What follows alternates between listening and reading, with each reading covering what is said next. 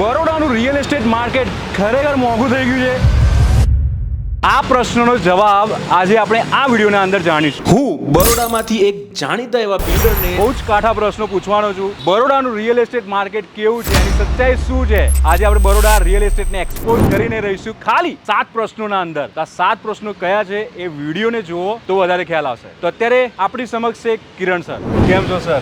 તો અત્યારે તમે મને પહેલા તો બરોડા ફેરવવું પડશે, તો તમે અત્યારે ક્યાં લઈ ગયા છો? વડોદરામાં આપણે ઘણા વડોદરાની એકચ્યુઅલી આઈડેન્ટિટી એ છે કે ભાઈ ગાયકવાડી સમયનું સિટી છે, તો ઘણા હિસ્ટોરિકલ સ્પેસ છે. હિસ્ટોરિકલ સ્પેસ તો છે જ આપણે, પણ આપણે શરૂઆત વડોદરાના એક લેન્ડમાર્કથી કરીશું. જ્યાં આપણે ઊભા રહીએ તો વડોદરા છે એવું કહેવાની જરૂર નહીં પડે આપણને, તો આપણે ત્યાં જઈશું. વડોદરા તો અત્યારે અમે લોકો જઈ રહ્યા છીએ બરોડાની એક જાણીતી જગ્યાએ, જ્યાં હું પૂછીશ મારો પહેલો પ્રશ્ન કે મંદિરના માહોલમાં બરોડાના ઘરોની પ્રાઇસ ઘટશે? જેમ કે મેં તમને કહ્યું હતું કે આપણે વડોદરાનું એક લેન્ડમાર્ક છે કે જે ખાલી દેખવાથી જ ખબર પડી જાય કે આપણે વડોદરામાં છીએ. એ આપણું આ સુરસાગર લેક છે. કિરણ સર, સૌથી પહેલા પ્રશ્ન એ રહ્યો છે કે બરોડાના લોકોનું જાણવું એ છે, એમને જાણવું છે કે બરોડાના ઘરની પ્રાઇસ ઘટશે કે શું, જે પ્રમાણે મંદી ચાલી રહી છે. મારો પણ એક્સપિરિયન્સ હશે ને તમારો પણ છે, અને કદાચ જનરલ પબ્લિકને બી હશે કે કોઈ દિવસ પ્રોપર્ટીના રેટ રિવર્સ તો આવ્યા જ નથી. કદાચ વધ્યા હશે તો સ્લો વધ્યા હશે, કાં તો કદાચ કોઈક વર્ષ સ્ટેડી પણ થયા હશે, પણ રિવર્સ આવવાના ચાન્સીસ એટલે નથી કે આ વસ્તુ સીધી જોડાઈ ગઈ છે. આપણે રિયલ એસ્ટેટ એટલે રિયલ લેન્ડ સાથેની જોડાયેલી વસ્તુ છે. હવે લેન્ડના ભાવ કોઈ દિવસ રિવર્સ થયા નથી, તો પ્રોપર્ટીના ભાવ રિવર્સ આવવાના કોઈ સંભાવના જ નથી. કદાચ આપણા બાપ દાદાઓએ જે તે વખતે 3 લાખના મકાન લીધા હશે તો અત્યારે 30 લાખના થયા હશે, 50 લાખના થયા હશે, કરોડના થયા હશે, પણ થયા જ છે. 3 લાખના કોઈ પ્રોપર્ટી એવી નથી થઈ કે 1 કરોડ કે 1 લાખ કે 1.5 લાખની થઈ હોય. એનું રીઝન એ લેન્ડ સાથે જોડાયેલ. લેન્ડ કોઈ દિવસ રિવર્સ આવતી નથી, એટલે રેટ ઘટવાના તો કોઈ દિવસ કોઈ જગ્યાએ કોઈ સિટીમાં, ઇવન વડોદરાની કોઈ સિટીમાં એવા ચાન્સીસ ના હોય કે ત્યાં રેટ ઘટે. હા, લોકો જ્યારે બી આપણે લાસ્ટ પોડકાસ્ટ કરી દીધો રાઈટ, એમાં લોકોએ સારા વ્યૂઝ આપણને આપ્યા અને લોકોએ ઘણું બધું જણાવ્યું, પણ લોકોના મેન જ્યારે પણ મંદીની વાત કરીએ ને એટલે લોકોને એવું થઈ જાય કે પ્રાઇસ હવે માર્કેટમાં ઘટશે. એ જ પોઈન્ટ પર હું અત્યારે આવું છું. એ જે મંદીની વાત છે અને રેટ ઘટવાની વાત છે ને, એ કોઈક વખત માર્કેટમાં કેવું હોય કે ડેવલપર હોય કે બિલ્ડર હોય, કોઈક વખત પ્રોપર્ટી એટલી હ્યુઝ લઈને બેઠા હોય, બરાબર છે, તો એ ટેમ્પરરી પેનિક સેલિંગ કહીએ છીએ અમે. અમારી લેંગ્વેજમાં એને પેનિક સેલિંગ હોય કે આપણી લાયબિલિટી હોય, આપણી પાસે નંબર્સ ઓફ પ્રોપર્ટી હોય, તો કોઈક પ્રોપર્ટી થોડી પ્રોપર્ટી કે ભાઈ એમાં એનું માર્જિન બહુ વધારે ના હોય, હાર્ડલી 5%ની આસપાસ એવો માલ હોય કે ભાઈ ચલો અત્યારે આપણે લિક્વિડેટ કરી દઈએ છીએ આપણી એસેટ, પાછળથી આપણે એને એવરેજ કરી લઈશું. તો એ જે ભાવ ઘટવાની વાત હોય કે હોય આ સંદર્ભમાં હોય છે અમારી લેંગ્વેજમાં, કે ભાઈ અત્યારે હાલ પૂરતી આપણી જરૂરિયાતો છે, આપણી લાયબિલિટી વધી ગઈ છે, તો થોડુંક આપણે અત્યારે ટેમ્પરરી સેલિંગ કરી દઈએ. પણ એ અગેન એ પણ માર્કેટ કરતાં કદાચ હાર્ડલી થયું હોય તો 5%, 7% કે 10% સુધીનું થઈ ગયું હોય. એ કંઈ આખો ડેવલપર એ જ રેટમાં આખો પ્રોજેક્ટ પૂરો નથી કરવાના, એ પોતાની એવરેજ તો ગમે ત્યાં સેટ કરશે. એટલે એ જે આપણે વાત કરીએ છીએ કે રેટ રિવર્સ આવવાની ભાષા છે, એ ખાલી પેનિક સેલિંગ છે, કાં તો ટેમ્પરરી ડેવલપરનું એક કેલ્ક્યુલેટિવ. મને ઘણી વખત એવું છે, આપણે ચાલતા ચાલતા વાત કરીએ, મને ઘણી વખત એવું એટલે મતલબ જ્યારે બી આ વસ્તુ આવે તો હું ઓડિયન્સને એવું જ સમજાવવા માગતો કે માની લો કે તમે કોઈ વસ્તુ 10,000 રૂપિયાના ભાવે લીધી, તો એનાથી તમે ઓછી ભાવમાં વેચવાના નથી, તો એ વસ્તુ બિલ્ડર જ કરી રહ્યા છે. એક્ઝેક્ટલી, બસ તો એ જ વસ્તુ. આ પોઈન્ટ એ છે ને, એમ બસ એ જ છે કે પાછળથી અત્યારે કદાચ, અને એ ખાલી કેવું હોય કે 2-5% હોય ને એમાં એનો બેનિફિટ કદાચ જનરલ કસ્ટમર કરતાં, રિયલ બાયર કરતાં ઇન્વેસ્ટર એનો બેનિફિટ વધારે લઈ જતા હોય છે. રાઈટ. એનો બેનિફિટ બાકી પબ્લિક, જનરલ પબ્લિક એ પોતાની નોર્મલ ટર્મ્સમાં લઈને બેઠા હોય, તો એમને એવી આશા મારા હિસાબે ના રાખવી જોઈએ કે અત્યારે માર્કેટમાં આ ચાલી રહ્યું છે તો એ કદાચ મને આ ભાવે મળી જશે, આ ભાવે મળશે. એવું કોઈ પોસિબિલિટી નથી કે ડેવલપર કે કોઈ બી ધંધો કરવા બેઠા છીએ, ધંધો ખોટ કરવા તો બેઠા નથી હોતા. રાઈટ. એટલે એ વસ્તુ પોસિબલ જ, પ્રેક્ટિકલી એ વસ્તુ નથી પોસિબલ. મંદીના ટાઈમે માર્કેટનું ખાલી એક એવું લાગે છે કે માર્કેટ એ ટાઈમે સ્ટેબલ થાય પણ ઘટે નહીં ભાવ. બધી વસ્તુ એ મારું એ જ કહેવું છે. તમારા કે મારા કહેવાતી નથી, આટલા વર્ષોનો ટ્રેક રેકોર્ડ જ છે રિયલ એસ્ટેટનો. રાઈટ. કે કોઈ જે સ્ટેડી થાય પણ ડિક્રીઝ તો ન થાય. ઘટે એ પોસિબિલિટી મતલબ આ શેર માર્કેટ નથી, આ રિયલ એસ્ટેટ માર્કેટ છે. એક્ઝેક્ટલી. કેમ કે તમારા આમાં સ્ટોપ લોસની બી એક લિમિટ હોય છે. સુરસાગર જોયા પછી અમે જઈ રહ્યા છીએ એક જૂના અને જાણીતા કેફેમાં, જ્યાં અમે પૂના મિશલ ખાઈશું અને સાથે બીજો પ્રશ્ન પૂછીશું કે મારો સેકન્ડ ક્વેશ્ચન એ છે સર કે બરોડામાં રેન્ટલ યીલ્ડ લો થતી જાય છે, ઇન્વેસ્ટરો ખસી રહ્યા છે, એમને પાછા લાવવા માટે અપલિફ્ટ કરવા માટે શું કરી રહ્યા છે બિલ્ડર અત્યારે? પહેલાં તો મારે તમને ત્યાં જ કાઉન્ટર કરવાનું થાય છે કે વડોદરામાં રેન્ટલ ગિલ્ડ નથી. ઓકે. અત્યારે ઇન્વેસ્ટર છે એટલે ઇન્વેસ્ટર માટે આઈ થિંક સિટીના બેરિયર ના હોય, બરાબર ને? એ કદાચ એને જ્યાં પૈસા સારા મળતા હશે ત્યાં મળશે. મારા હિસાબે સારામાં સારું રેન્ટલ નજીકની આપણી સિટીઓ સાથે કમ્પેરિઝન કે સુરત, અમદાવાદ બંનેની સાથે કમ્પેરિઝન કરીએ તો વડોદરાના રેન્ટલ ઘણા સારા છે. એનું બેઝિક એક રીઝન ખાલી એ છે કે હજી બી વડોદરા અમદાવાદ અને સુરતની કમ્પેરિઝનમાં ઘણું એફોર્ડેબલ છે. રાઈટ. બરાબર છે. એટલે ત્યાંના જે પ્રોપર્ટીના રેટ છે અને એની સામેનું જે તમને અત્યારે મંથલી રેન્ટ મળી રહ્યું છે એ એઝ કમ્પેર ટુ સુરત અને અમદાવાદની કમ્પેરિઝનમાં વડોદરામાં ઘણા સારા મળી ગયા છે. ઓકે. એટલે મારા હિસાબે રેન્ટલ ઇન્કમનો ઇસ્યુ વડોદરામાં એના છે. હા, ઇન્વેસ્ટરનો એપ્રોચ અહીંયા નહીં, ઓવરઓલ અત્યારે બધે જ થોડુંક રિયલ એસ્ટેટનું માર્કેટમાં નંબર્સ ઓફ રીઝન છે. આખું અત્યારે વર્લ્ડ લેવલે બી થોડું વોલેન્ટિયર માર્કેટ થઈ રહ્યું છે. ઇક્વિટી માર્કેટ બી અપડાઉન થઈ રહ્યું છે. એટલે લોકો અત્યારે ખાલી વેટ એન્ડ વોચની સિચ્યુએશનમાં છે. બાકી કોઈ ખસ્યા હોય આ છે એ અત્યારે મારા પ્રમાણે વડોદરાના માર્કેટમાં યસ. અને અગેન વડોદરાનું માર્કેટ એટલું બધું ઇન્વેસ્ટર ઓરિએન્ટેડ પહેલેથી મળી ગયું કારણ કે એન્ડ યુઝર ઓરિએન્ટેડ જ છે. એટલે વડોદરાનો ઇન્વેસ્ટરનો ફ્લો આઈ થિંક થોડા વખતમાં વધ્યો છે, ઘટ્યો નથી. કે પહેલાં એન્ડ યુઝર હતું, હવે ધીમે ધીમે વડોદરામાં અગેન પ્રોપર્ટીના રેટ થોડા હાઈ થઈ રહ્યા છે એટલે એન્ડ યુઝર અત્યારે એવોઇડ કરી રહ્યા છે. તો અત્યારે એમાં ઇન્વેસ્ટરો અત્યારે એપ્રોચ કરી રહ્યા, એ લોકો પોતાનું રેન્ટલ અત્યારે ઇન્કમ જોઈ રહ્યા છે. એ મોટાભાગનું કેવું છે કે જ્યારે બી બરોડાની રિયલ એસ્ટેટની વાત થાય ને એટલે મેં તો એવું જ સાંભળ્યું છે કે બરોડાનું રિયલ એસ્ટેટ માર્કેટ એફોર્ડેબલ કે જ્યાં મંદી નહીં, ના ચડતી ના આવે ના મંદી આવે, એમ એ સિંગલમાં ચાલતું નહીં. Main reason પણ એવું કોવિડ પછી અચાનક માર્કેટમાં ઉછાળો આવ્યો છે, એમ એવું કહી શકાય? 100%. કોવિડ પછી તો ઉછાળો આવે છે ને મેં તમને આગળ પણ આપણે વાત કરી હતી. વડોદરાનું માર્કેટ કેવું છે કે ભાઈ 1-2 વર્ષ તમને થોડુંક સ્ટેડી લાગે, 1 વર્ષ એ સાયકલનો પાર્ટ હતો. અને કોવિડ પછી તો ખરેખર એ સાયકલ બધાના એક્સપેક્ટેશન નહોતા પણ એ સાયકલ ખરેખર બહુ અપ થઈ ગયા. કોવિડ પછી તો ઘણું માર્કેટ અપ થઈ ગયું.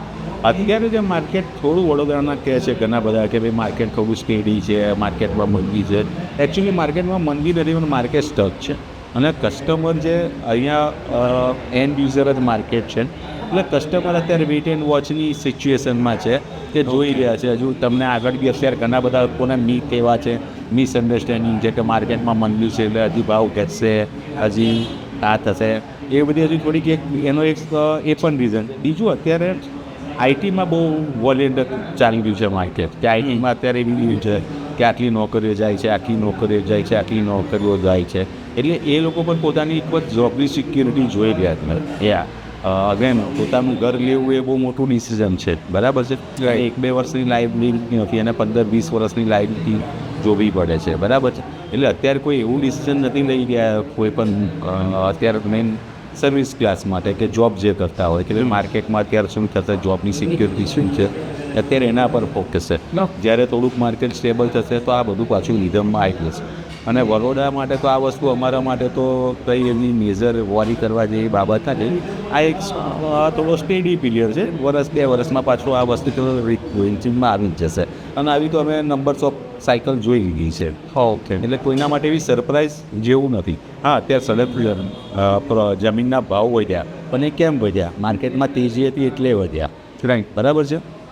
એટલે તેજી વધવાને લીધે પ્રોપર્ટી અત્યારે થોડીક એક્સપેન્સિવ થઈ ગઈ છે. એ અત્યારે થોડીક લોકોના પરચેસિંગ પાવરની બહાર જઈ રહી છે. અગેન પાછી જ્યારે બેલેન્સ થશે કે ભાઈ માણસની બી પરચેસિંગ પાવર વધશે, આ હશે તો આ સાયકલ સ્મૂથ થઈ જશે. હવે વારી હતી પૂનમ મિશલની, જે દેખાવમાં સુપર્બ લાગી રહી હતી અને આ કેફેની શરૂઆત થઈ હતી આઝાદી પહેલાની. હવે હું પૂછીશ ત્રીજો પ્રશ્ન. સર, મારો ત્રીજો પ્રશ્ન એ છે કે ઓનેસ્ટ રિવ્યૂ આપજો, કારણ કે બરોડાની જનતા જાણવા માંગે છે કે બિલ્ડર શું કહી રહ્યા છે બરોડાના રિયલ એસ્ટેટ માર્કેટ વિશે. એ ખરેખર કરંટ સિચ્યુએશનમાં માર્કેટ મંદું છે ખરા બરોડામાં? મોટાભાગનું પરસેપ્શન જોઈએ તો ખરેખર ઠંડુ છે. અને લાસ્ટ 4-5 મહિનાથી મોટાભાગના ડેવલપરો થોડોક મંદીનો માહોલ એક્સપિરિયન્સ કરી રહ્યા છે. પણ એ આખા વડોદરા માટે આઈ થિંક એ નથી લાગ્યું હોતું. મંદી હોવાના રીઝન આપણે આગળ એ ચર્ચા કરી, પણ એના જે અત્યારે મેઇન આપણે કરીએ ને તો એ એરિયા ટુ એરિયા અત્યારે ડિફર થઈ ગયું. વડોદરામાં વેસ્ટ અત્યારે થોડુંક માર્કેટમાં મંદી ફીલ કરી રહ્યું છે, જ્યારે ઈસ્ટમાં એ પ્રોબ્લેમ નથી. વેસ્ટમાં કયો ભાગ આવે? વેસ્ટમાં આપણો બાયરી, સેવાસિંહ, ગોત્રી, નીલ, કલારી આ બધા પોકેટમાં અત્યારે થોડુંક ફેસ કરે. એના રીઝન બી છે, તો હું તમને એક્સપ્લેન કરું કે શું એનું રીઝન છે. ઓકે. જ્યારે ઈસ્ટમાં આઈ થિંક એ પરસેપ્શન અત્યારે એટલું બધું નથી કે ઓવરઓલ આપણે ત્યાં 2 પ્રોજેક્ટ છે. 2 પ્રોજેક્ટમાં આપણને લગભગ છેલ્લા લાસ્ટ ફેબ્રુઆરી પછી આપણે ચાલુ થઈ. બંને પ્રોજેક્ટમાં ત્યાં એકમાં આપણે 13 યુનિટ અને એકમાં 12 યુનિટ, અને એ બી અગેન ટિકિટ સાઇઝની સરસ 1 CRની ઉપરની કરી છે. એટલે ઓવરઓલ આપણે જોઈએ તો લગભગ 25 થી 27 CRનો મારે આપણે ત્યાં સોલ્ડ આઉટ કર્યો છે. એની અગેનમાં મારે જે વેસ્ટમાં અત્યારે પ્રોજેક્ટ છે એ સ્લો છે, પણ ઘણો સ્લો કહેવાય. પણ એનું રીઝન શું છે કે લાસ્ટ થોડા વખતમાં વેસ્ટમાં જગ્યાના રેટ એકદમ બહુ જ હાઈ થઈ ગયા છે. બિકોઝ ઓફ એક્સપ્રેસ હાઈવેની કનેક્ટિવિટી મળી, ATP ફાઇનલ થઈ ગઈ, કોર્પોરેશનમાં આવી, તો લાસ્ટ 1-2 વર્ષમાં જગ્યાના રેટ બહુ હાઈ થઈ ગયા. એના લીધે ત્યાંની પ્રોપર્ટી અત્યારે બહુ થોડી એક્સપેન્સિવ થઈ ગઈ છે કસ્ટમર પોઈન્ટ ઓફ વ્યૂ. અને બીજું શું એક્સપેન્સિવ થયું તો અત્યારે સેગમેન્ટ ઓલમોસ્ટ એક જ પકડાયું કે ભાઈ બંગલોઝ તો અત્યારે વાયેબલ છે, રહ્યા નથી. અને વાયેબલ કરવા જઈએ તો ત્યાં બંગલોઝની ટિકિટ સાઇઝ 4 કરોડ 5 કરોડની ઉપર મિનિમમ જાઓ તો તમને સેટિસ્ફેક્શન મળે. તો એની અગેન્સ્ટમાં જે પ્રોજેક્ટ બધા થયા આપણા, જે બધા 4 BHK 5 BHK above carpet 3000 square ફીટના કાર્પેટ થઈ 5000 સ્ક્વેર ફીટના કાર્પેટ, ડેવલપરે એવા સેગમેન્ટ પસંદ કર્યા. હવે થયું શું એમાં કે એ બધી એક્સક્લુઝિવ પ્રોડક્ટ છે, પણ એ નંબર ઓફ માર્કેટમાં થઈ ગઈ. દરેક ડેવલપરે લગભગ ઘણા બધા પ્રોજેક્ટો, વડોદરાના બધા ડેવલપરે એક જ સેગમેન્ટના પ્રોજેક્ટ સ્ટાર્ટ. એટલે કસ્ટમર માટે અત્યારે શું થઈ ગયું છે કે નંબર્સ ઓફ ઓપ્શન્સ બહુ છે.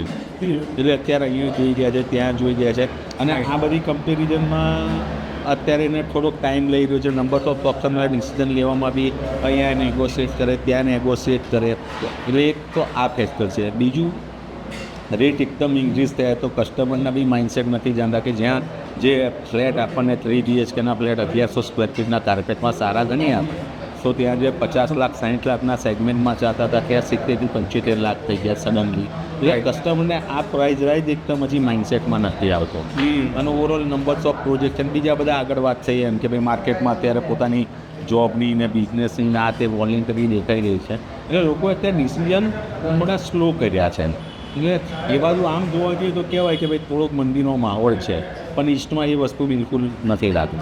ઈસ્ટમાં આપણે કયા એરિયા? ઈસ્ટમાં આપણે મેન તો અંકોલ આવી, ડભોઈ રોડ આવી ગયા. ઈસ્ટના અત્યારે 2 રોડ, આજવા રોડ થોડોક કનેક્ટિવિટીના હિસાબે ઇસ્યુ છે. હવે એની પણ સારામાં સારું ચાલી ગયું છે. એટલે એ 3% ઘણા સારા ચાલી ગયા છે. અગેન ત્યાં બધાને પાછા ટિકિટ સાઇઝ પણ માપની છે. એ 1 CRમાં સારા બંગલોઝ મળી જાય, એ પણ એક રીઝન છે જે વેસ્ટમાં એ પોસિબલ નથી.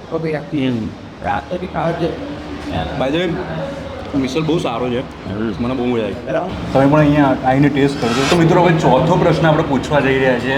જેન્યુઅન જવાબ આપજો તમે મને કે મિડ સેગમેન્ટ અને પ્રીમિયમ સેગમેન્ટના અંદર કયા સિલેક્ટેડ પ્રાઇસ સેગમેન્ટના અંદર અત્યારે સૌથી વધારે બરોડાના અંદર ઉછાળ આવી રહ્યો છે? સેગમેન્ટ વાઇઝ વાત કરીએ ને તો અપાર્ટમેન્ટમાં આપણે અત્યારે સેગમેન્ટ જે માર્કેટમાં સૌથી લોકો વધારે સર્ચ કરી ગયા છે એઝ એ ડેવલપર, અમારથી હજી એ વાયેબલ નથી થઈ રહ્યા આપણે જમીનના કોસ્ટ અંગે. એ સેગમેન્ટ છે 2 BHK ને કે જેમાં એ લોકો મિનિમમ ટિકિટ સાઇઝ 25 લાખથી 35 લાખ 3 BHKમાં આવી રહ્યા છે. 3 BHKમાં 35 લાખથી 50 લાખ છે.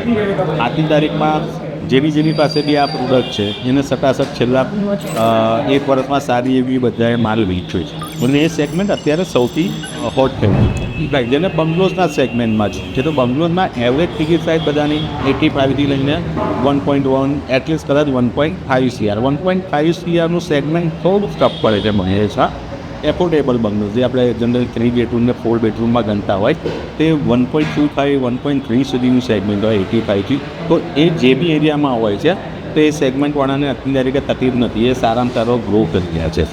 એ જે આગળ તમે મંદિરની વાત કરી એ થોડુંક હાઈ એન્ડ સેગમેન્ટમાં એ પ્રોબ્લેમ આવી ગઈ. રીઝન આ છે કે સડનલી વડોદરા માટે આ સેગમેન્ટો નવા હતા. કોઈ આજથી 3 વર્ષ પહેલાં એવું નહોતું વિચારી શકતું કે ભાઈ અહીંયા વડોદરામાં 3 કરોડ ને 4 કરોડના ફ્લેટ પણ વેચાય વેચાય 4 કરોડ 5 કરોડના ફ્લેટ. એટલે એ થોડી ટેન્ડન્સી નવી છે વડોદરામાં કે ભાઈ 3-4 કરોડમાં કોઈ સરસ બંગલો જ ના લઈ લઉં એ માઇન્ડસેટ હતું. તો માઇન્ડસેટ ચેન્જ થતાં માર્કેટનો ટ્રેન્ડ જતાં થોડોક ટાઈમ લાગશે. એટલે હાલ પૂરતું એ સેગમેન્ટ થોડોક પ્રોબ્લેમ ફેસ કરીને પણ ઓવર ધ ટાઈમ એ પણ રિકવર થઈ જશે. ઓકે. અને એરિયા એરિયામાં જેમ તમને કહ્યું કે જેને અત્યારે પહેલાં એવું હતું કે ભાઈ ઈસ્ટનો એરિયા ગ્રો કરતો હતો એનું મેઇન રીઝન એ જ હતું કે કનેક્ટિવિટી. એરિયા બધાને વેસ્ટ પહેલાંથી બહુ જ ગમ્યું રહેવા માટે આજની તારીખે બી. કારણ કે પ્રોજેક્ટોની ટિકિટ સાઇઝની એવી છે ને તો વેસ્ટમાં તમને રહેવાની ઓલમોસ્ટ ઘણી મજા આવે, ઇન્ફ્રાસ્ટ્રક્ચર પણ સારું થાય. પણ વેસ્ટનો અત્યાર સુધી ડ્રોબેક એક એવો હતો કે અમદાવાદ બોમ્બેની કનેક્ટિવિટી નહોતી. એ એક્સપ્રેસ આવ્યાથી એ કનેક્ટિવિટી મળી ગઈ એટલે હવે વેસ્ટમાં પબ્લિક બધી નહીં થવા માંડી. એટલે અત્યારે વેસ્ટમાં આપણો બાયલી, ગોત્રી, સેવાસિંહ કે જે સારા ન્યૂ અલકાપુરી આ બધા એરિયા ઘણા સારા છે. અને ઈસ્ટમાં વાત કરીએ તો અનકોલ, વૈલિયા Waghodia road, Ankhol means Waghodia road, Dabhoi road અને હરણી. વેસ્ટમાં આ સેગમેન્ટ સારા કામ. પૂના મિસલ ખાઈને અમે નીકળી ગયા બીજી જગ્યાએ જ્યાં હું પૂછીશ મારો 5મો પ્રશ્ન. તો મારો પ્રશ્ન એ રહ્યો છે કે આવનારા 5 વર્ષના અંદર ઇન્વેસ્ટર માટે કયો બેસ્ટ એરિયા રહેશે, જે ઓનેસ્ટ રિવ્યૂ આપવાનો તમારે એમ કે કયો બેસ્ટ એરિયા રહેશે જે ઇન્વેસ્ટરને લાભ થશે, કનેક્ટિવિટી સારી હોય, લોકોને રહેવાની મજા આવે, તો કયો એરિયા? આનો હું કદાચ તમને ડાયરેક્ટ આન્સર આપી દઈશ ને તો કદાચ નહીં જસ્ટિફાઈડ, તમે બી નહીં કન્વિન્સ થાવ. તો એના કરતાં આપણે ત્યાં એરિયા પર જ જઈએ અને ત્યાં જઈને જ હવે એને થોડીક આજુબાજુની પહેલાં કનેક્ટિવિટી જોઈએ ને પછી એરિયામાં જઈએ આપણે. એટલે તમને પ્રોપર હું જે કહી રહ્યો છું એ તમને કદાચ વધારે સારી રીતે સમજી શકશો તમે. તો અત્યારે આપણે ત્યાં જઈ રહ્યા છીએ. ચોક્કસ.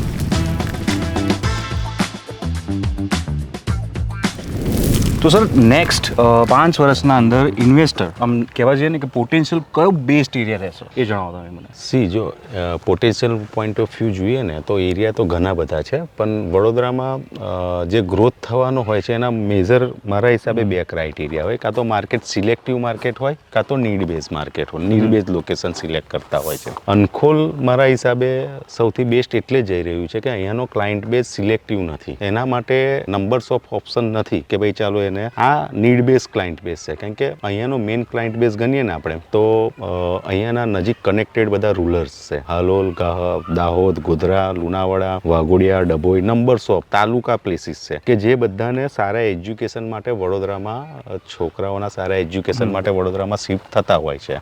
એમના ત્યાં લોકલ સારા બિઝનેસીસ હોય છે, સારી ખેતી કરતા હોય છે, એ લોકો અહીંયા શિફ્ટ થતા હોય છે. તો એ લોકો કનેક્ટિવિટી જોવે છે કે ભાઈ મારે ત્યાં પણ સંભાળવું છે કામકાજ આપણું, અહીંયા પણ છોકરાઓને એજ્યુકેશન મળે, તો એ લોકો એનું ટ્રાવેલિંગ જોતા હોય છે, કનેક્ટિવ જોતા હોય છે. એટલે અનખોલનું માર્કેટ એવું છે કે નીડ બેઝ છે કે એ અહીંયા સિવાય બીજે કશે વિચાર. હવે એ લોકો માટે 3-4 એરિયા છે, એકલું અનખોલ નથી. જેમ કે હરણી પણ છે, આજવા રોડ પણ છે, વાઘોડિયા રોડ થયો અને ડભોઈ રોડ થયો. હવે હરણી શું થયું છે કે અત્યારે આજની તારીખે હરણીમાં લિમિટેડ સ્પેસ રહી છે, કેમ કે હાઈવેની ઉપર રિઝર્વેશન બધી લેન્ડ છે, ઝોન બધા અલગ અલગ છે, એટલે ત્યાં હજી રેસિડેન્શિયલ પ્રોજેક્ટો ચાલુ નથી થઈ રહ્યા. એટલે અંદર બધું ડેન્સ થઈ ગયું છે અને ડેન્સ થયું છે એટલે ત્યાં માર્કેટ એક્સપેન્સિવ થઈ ગયું છે. આજવા રોડ માટે કોઈ આગળ કનેક્ટિવિટી નથી એટલે હજી લોકો પ્રિફરેબલ ઓછું કરે છે. વાઘોડિયા રોડનું પહેલેથી માર્કેટ એવું રહેલું છે કે ભાઈ કોમ્યુનિટી વાઇઝ બી એટલી સારી લોકાલિટી પહેલેથી મળી રહી છે, અંદર હવે ડેન્સ થઈ ગયું છે, એને કનેક્ટેડ સીધો એરિયા અનખોલ પડી રહ્યો છે. એટલે એક મેઇન રીઝન તો આ છે કે ભાઈ એ વસ્તુ વર્ષોથી ચાલી રહી છે અને એ અંત નથી અત્યારે કે ડે બાય ડે જેમ જેમ પોપ્યુલેશન રૂરલનું વધતું જાય છે. હવે રૂરલથી લોકો એટલા બધા માઇગ્રેટ કંઈક ધંધા માટે પણ નથી થઈ જતા, પણ વડોદરામાં આના માટે તો એ લોકોને શિફ્ટ થવું જ પડે છે. એક તો મેઇન ક્લાયન્ટ બેઝ થયો. પછી કનેક્ટિવિટી હતી કે ભાઈ વર્ષોથી અમદાવાદથી બોમ્બે વચ્ચેનું જે કનેક્ટિવ હાઈવેની નજીક છે એકદમ, એટલે એ થઈ ગયું. અહીંથી ભરૂચ પણ આવી ગયું, હાલ બધું જ આવી ગયું ટૂંકમાં. બીજું અહીંયાનો એક industrial area Halol, major industrial, Waghodia બી વર્ષોથી છે, મંજુસર છે, સાવલી છે, આ બધા ઇન્ડસ્ટ્રીયલ એરિયા. આ બધા એરિયામાં પણ એમને કનેક્ટિવિટી અહીંયાથી ઘણી ઇઝી રહે છે કે અહીંયાથી એ લોકો સીધું ટ્રાવેલિંગ કરી શકે. એ અને ઓનર્સથી મળી ત્યાં કામ કરવાવાળા લોકો પણ પ્રિફર કરતા હોય છે કે અહીંયાથી એમને સિટી ક્રોસ ના કરવું પડે, ટ્રાવેલિંગ એક થઈ ગયું. બીજું મેજર ઇમ્પેક્ટ અહીંયા બંને point of view, investor point of view પણ એવું થયું કે અહીંયા પારુલ યુનિવર્સિટી, ધીરજ યુનિવર્સિટી, બરાબર છે. પછી આ બાજુ નજીકમાં સિગ્મા યુનિવર્સિટી આવી ગઈ. આવી સારી સારી યુનિવર્સિટી, નંબર્સ ઓફ સ્ટુડન્ટ છે. એકલા પારુલની જ વાત કરીએ તો અત્યારે લગભગ 1.25 લાખની આસપાસ સ્ટુડન્ટ્સ છે. તો એ બધાને રહેવા માટે, આ તે કરવા માટે મકાનોની જરૂર પડે છે. તો એની સામે પ્રોપર્ટીના રેટ એવા છે એટલે લોકો ઇન્વેસ્ટર પણ એપ્રોચ કરી રહ્યા છે કે એ લોકોના આરઓએ સારામાં સારા બેસી રહ્યા છે. અને બીજી connectivity day by day develop થઈ જ રહ્યું છે. જેમ કે અત્યારે આપણે વાઘોડિયા તમે એક ગામ તરીકે ના જોઈ શકો હવે, અત્યારે જ આજની જ તારીખમાં એ વડોદરાનો જે એક ભાગ થઈ ગયો છે એવું લાગશે તમે હાઈવે પર જશો તો. એ આજનો સિનારીઓ છે. આજના 5 વર્ષ પછી તો એ આખો સિનારીઓ અલગ જ હશે. એટલે બીજા બધા એરિયા પણ છે પણ એ સિલેક્ટિવ છે અને આ નીડ બેઝ છે. એટલે આને તો એવું છે કે આનો ક્લાયન્ટ બેઝ અહીંયા આવવાનો છે ને આવવાનો છે, એમનો ઓપ્શન છે જ નહીં બીજા. એટલે મારા હિસાબે અનખોલ અત્યારે સારામાં સારો રિંગ રોડ બી છે. હા, રિંગ રોડ, વડોદરાનો એક મોટો રિંગ રોડ છે. બાયલીને બી કનેક્ટ કરે છે અને અહીંયાના આખા ઈસ્ટ વેસ્ટ ઝોનને આખો કનેક્ટ કરશે. એટલે પોટેન્શિયલ સારામાં સારું અનખોલનું મારા હિસાબે બહુ સારું રહેલું છે. અને ઇવન હવે ઇન્ફ્રાસ્ટ્રક્ચર પણ સરસ થઈ ગયા. નજીકમાં જ અહીંયા ડીમાર્ટ આવી ગયું, સારા મોલ છે, સારી સ્કૂલો છે, બધું જ અહીંયા સરાઉન્ડિંગમાં ડે બાય ડે અત્યારે સારું એવું આજની તારીખે છે. હજુ ડે બાય ડે એ બધી વસ્તુ વધશે.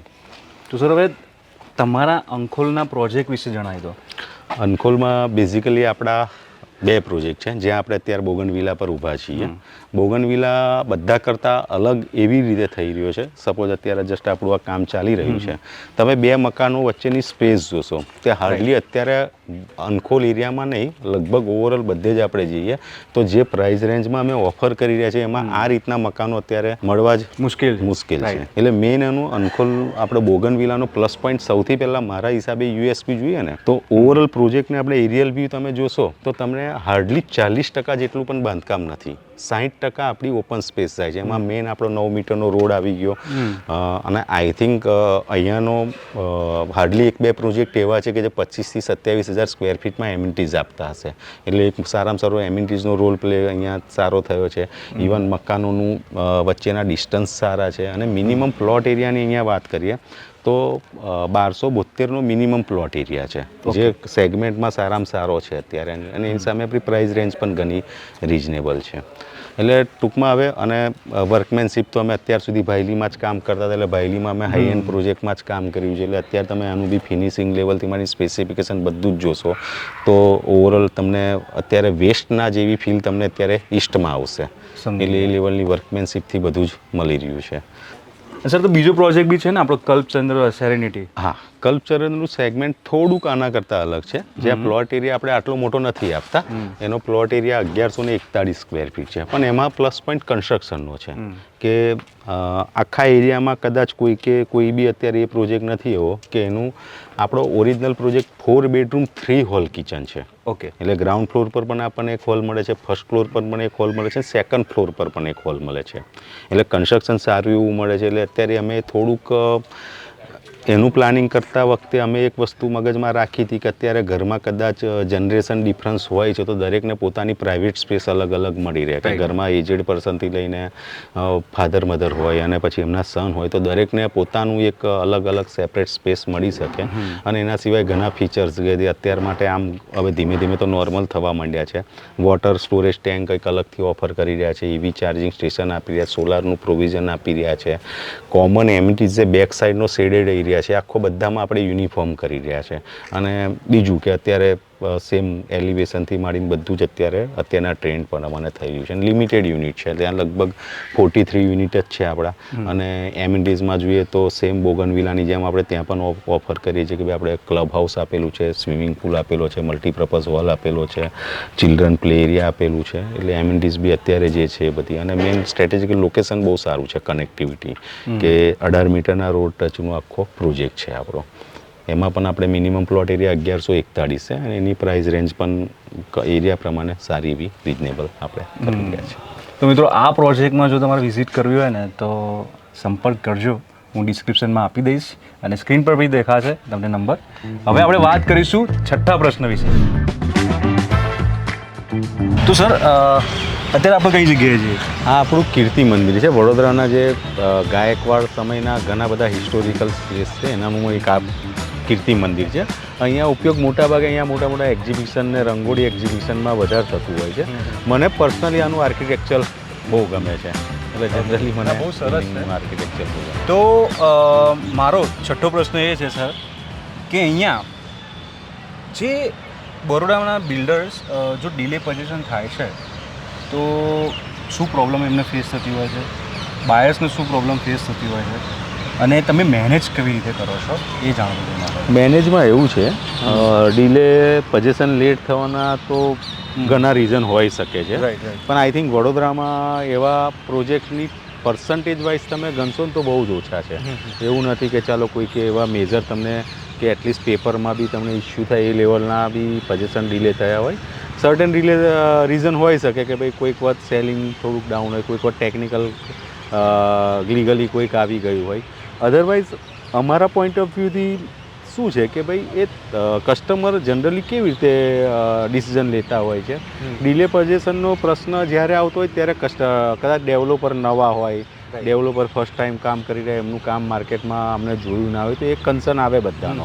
અગેન પણ એ પોતાની કામની સ્પીડ સ્ટેજ વાઇઝ જે કામ કરતા રહે છે એનાથી એ વસ્તુને ઓવરકમ કરી શકે છે. જ્યારે રેપ્યુટેડ ડેવલપર હોય કે જે વડોદરામાં 10 વર્ષ 15 વર્ષ કે 20 વર્ષથી કામ કરતા હોય, એમનો પાસ્ટ પ્રોજેક્ટનો ટ્રેક રેકોર્ડ સારો હોય તો એમને આ પ્રશ્ન ફેસ કરવાનો આવતો નથી. મતલબ બાયર્સને એટલું ધ્યાન હોય છે. બાયસને એ છે કે હવે થોડોક ડેવલપરનો ટ્રેક રેકોર્ડ ચેક કરી લે, પાસમાં શું શું પ્રોજેક્ટ કરેલા છે, કેટલા વખતથી કામ કરે છે, કેવી રીતે કામ કરેલા છે, તો એ કન્સર્ન આઈ થિંક નથી હોતો. નવા ડેવલપરે પોતાની રીતે કે ભાઈ કામનું એક ફર્સ્ટ ટાઈમ આવતા હોય તો કદાચ કસ્ટમરને હોય ઇનસિક્યુરિટી, પણ એ પોતાની કામની સ્પીડને લઈને કે એ કરીને ઓવરકમ એ કરી શકે છે. પણ વડોદરામાં એવો કોઈ મેજર ઇસ્યુ નથી આવતા. મતલબ બીજી બધી સિટી કરતા જે બધું ડીલે પોઝિશન ના, એ વડોદરામાં આઈ થિંક બહુ જ રેર કેસ છે, બહુ રેર કેસ છે વડોદરામાં એવું.